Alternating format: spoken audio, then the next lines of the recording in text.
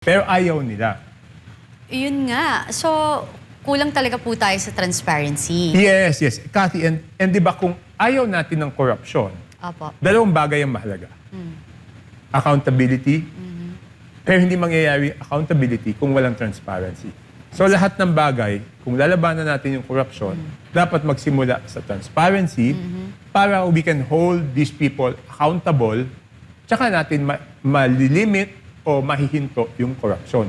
Kaya lang doon pala sa transparency, ayaw nila maging fully transparent doon sa budget mismo namin as House of Representatives. So, kamusta na po pala ang nangyaring budget or nagaganap na budget ngayon or magaganap na budget sa Kongreso? Kaya, nagsimula kami nung Monday. Opo. At may dalawang issue ako na ni-raise doon. No? Okay. Number one is yung budget ng House of Representatives, yung budget namin mismo. Hindi siya dumadaan sa parehong proseso na pinagdadaanan ng ibang mga ahensya. Okay. Kasi yung ibang mga ahensya, dalawang stage siyang pinagdadaanan nila. Isa yung budget hearing doon sa committee, which is pre-plenary. Ibig sabihin, bago pumasok sa plenaryo. No? At pangalawa is yung sa plenaryo. Kaya question ko, dahil yung budget ng House of Representatives, diretso na sa plenaryo. Ang malaking pagkakaiba ng dalawa, dahil doon sa pre-plenary o doon sa committee, doon yung napapanood ng ating mga kababayan na ang mismong tinatanong ng mga congressman ay yung cabinet secretary. Kasi doon sa budget hearing sa committee level, pwede magsalita yung cabinet secretary. Ngayon, pagdating sa plenary, di ba hindi na pwede magsalita yung cabinet secretary, na doon lang sila sa likod, at ang sumasagot is yung vice chairman ng Committee on Appropriations na assigned to defend that budget. So bakit napakahalaga ng pre-plenary muna? Kasi sa pre-plenary, doon pinapaliwanag ng lahat ng nagrepresenta ng budget is kung paano ginastos yung previous budget, for example, this year. Papaliwanag nila kung paano nila ginastos yung 2025 budget, ano ang status ng 2026 budget na kanilang ginagastosan, at pinakamahalaga is ano ang plano at programa nila for 2027 kaya sila humihingi ng ganitong halagang budget, di ba? So, parang, para maintindihan ng ating mga kabayan, parang ano yan eh, parang yung anak mo na magpapasukan, hihingi sa'yo ng panggastos, siyempre ang unang tatanungin mo is, paano ba ginastos yung budget ng isang taon? Allowance, gano'n. Tapos, tanong mo ngayon, kamusta ba yung pag-aaral mo ngayong taong to? Ngayon, pag nasagot na yan, tsaka mo na sasabihin, o sige, magpatuloy ka ng pag-aaral kasi maayos naman yung ginagawa mo. Eh kung hindi pumapasok yun, malamang sabihin mo, Yeah, huwag ka muna mag-enroll, di ba? Yes. So, walang resulta. So, ganun po yun. So, ang masama doon sa House, hindi na sila dumadaan sa prosesong yun. Lumalaktaw na nila at pagdating sa plenaryo, sasabihin na lang nila, ito'y kailangan budget for 2027 without explaining paano ginastos yung 2025, paano yung ginagastos yung 2026, at ano ang plano at programa, kahit kailangan yung budget na yun. At number one yan. Number two, napakalaki kasi na dinadagdag ng budget ng House. Doon sa proposed NEP noong 2025, 16 billion ang NEP. Pero nadagdagan na 17 billion. So umabot ng 33 billion yung budget ng House. Ang problema pa doon, mas malaki yung dinagdag kaysa doon sa original. Doon sa original budget. Ngayon, pagdating sa 2026, ganun din, 16 billion, dinagdagan ng 10, so naging 26 billion. So ang lalaki ng halaga eh, di ba? So dapat ipaliwanag yan sa pre-plenary, doon sa committee level. Pero ayaw nila. Yun nga. So, kulang talaga po tayo sa transparency. Yes, yes. Cathy, and di ba kung ayaw natin ng corruption, Opo. dalawang bagay ang mahalaga. Accountability, pero hindi mangyayari accountability kung walang transparency. So lahat ng bagay, kung lalabanan natin yung corruption, dapat magsimula sa transparency para we can hold these people accountable, tsaka natin malilimit o mahihinto yung corruption. Kaya lang doon pala sa transparency, ayaw nila maging fully transparent doon sa budget mismo namin as House of Representatives.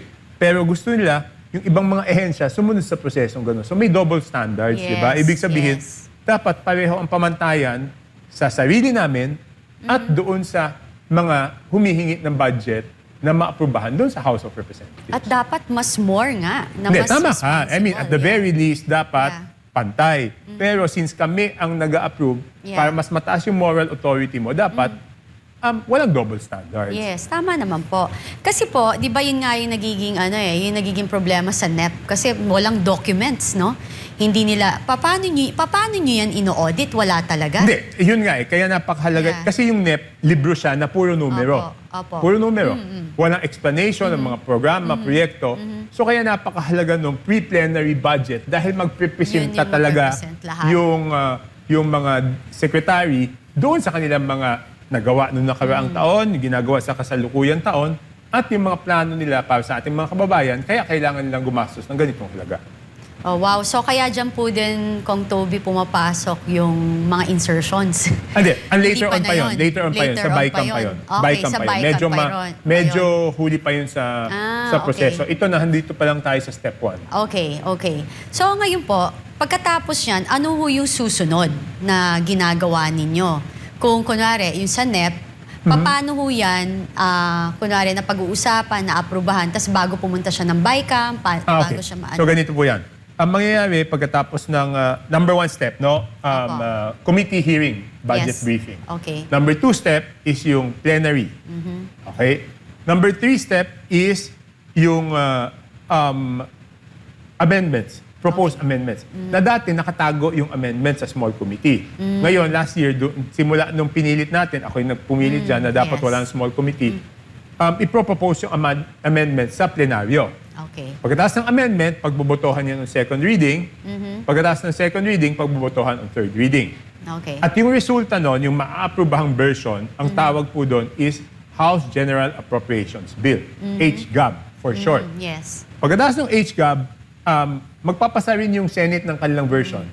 Yung Senate General Appropriations Bill. Yes.